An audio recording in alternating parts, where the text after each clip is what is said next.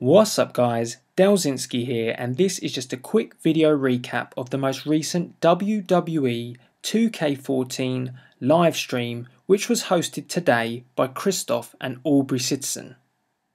Now the topic at hand was the universe mode for this year's game. So what is the big new feature which we will see within the universe mode? Well, that feature is a Rivalry Manager. Now the Rivalry Manager will allow us to develop a rivalry between two superstars of our choice, which can develop over a short-term or long-term period, and it will just depend on the intensity of the feud of how long you want the rivalry to be. Now the rivalries are not limited to singles competition, you can also have tag team rivalries, and it was shown within the live stream a setup of Randy Orton versus Daniel Bryan, which would span over a long-term rivalry period. Over this long-term rivalry, which we saw during the live stream, it was made notably clear that cutscenes are massively important during this year's game. Now we did get to see a couple of matches between Randy Orton and Daniel Bryan, but it was most notable that at the end of each of these matches there was a certain twist which happened, and this was due to the cutscenes being introduced. For example, one of the cutscenes was Daniel Bryan getting the victory over Randy Orton, only to have Randy Orton try and counterattack him after the match.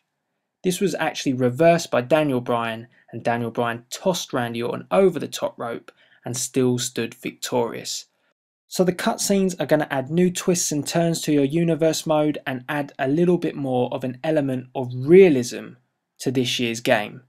In the previous games, WWE13, I think without having this rivalry manager, the feuds that you had within that mode were just a little bit all over the place, and some of the feuds which you got just really didn't work.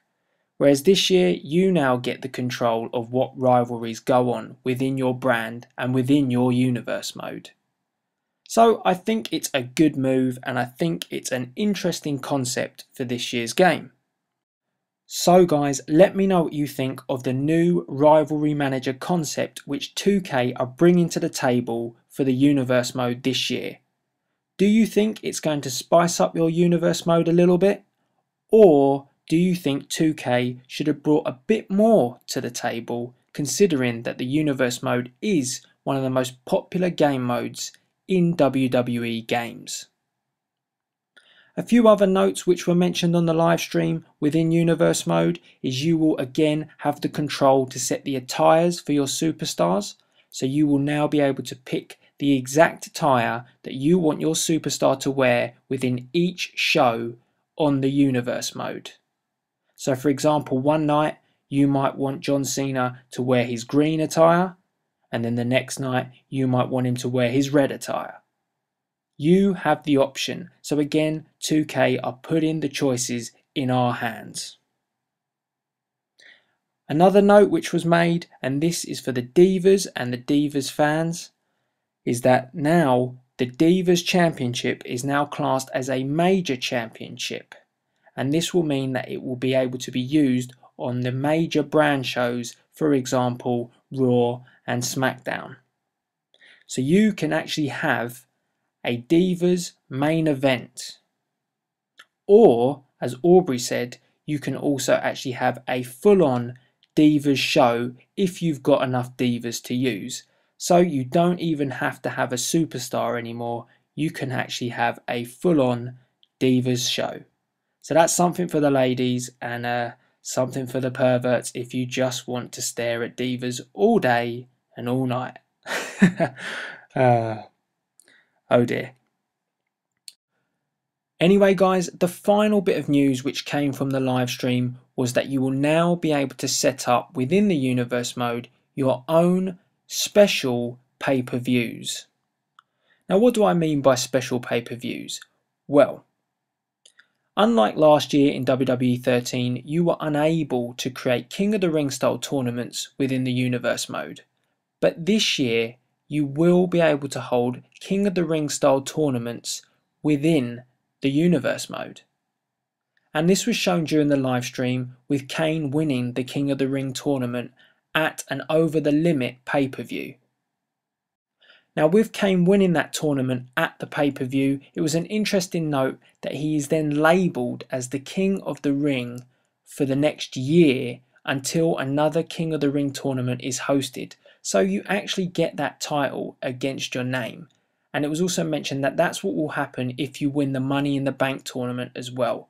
So it will actually note in the universe mode that you are either the King of the Ring or Mr. Money in the Bank, or you actually hold a championship. So I think that's kind of great, because again, adds that element of realism to this year's universe mode.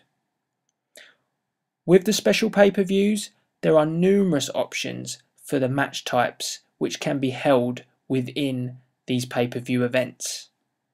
Particular ones that came up, obviously, the King of the Ring. There was an Inferno match one, so every match on the pay-per-view I believe would be an Inferno match. Interesting. Also, there was a No Man's Land option, which was actually all cage matches, and they would be different style cage matches. So I guess that you could have the old school cage, Hell in the Cell, but that's just a guess as to what sort of cage style matches you could have. But it was confirmed by Cristo that it is multiple styles of cage matches, so it's not just the same cage match over and over again. So that's kind of interesting, and I'm hoping that they will elaborate a little bit more on these features in the future prior to release. So guys, let me know what you think. Are you happy with the new introductions to this year's universe mode? Do you think it's enough having the Rivalry Manager, or do you think 2K should have given us a little bit more? Obviously, let me know in the comments box below. And obviously let me know if you did actually catch the live stream and what you thought of it. So all that remains to be said is, as per usual, please rate, comment and subscribe. And until the next live stream, this is Delzinski signing out.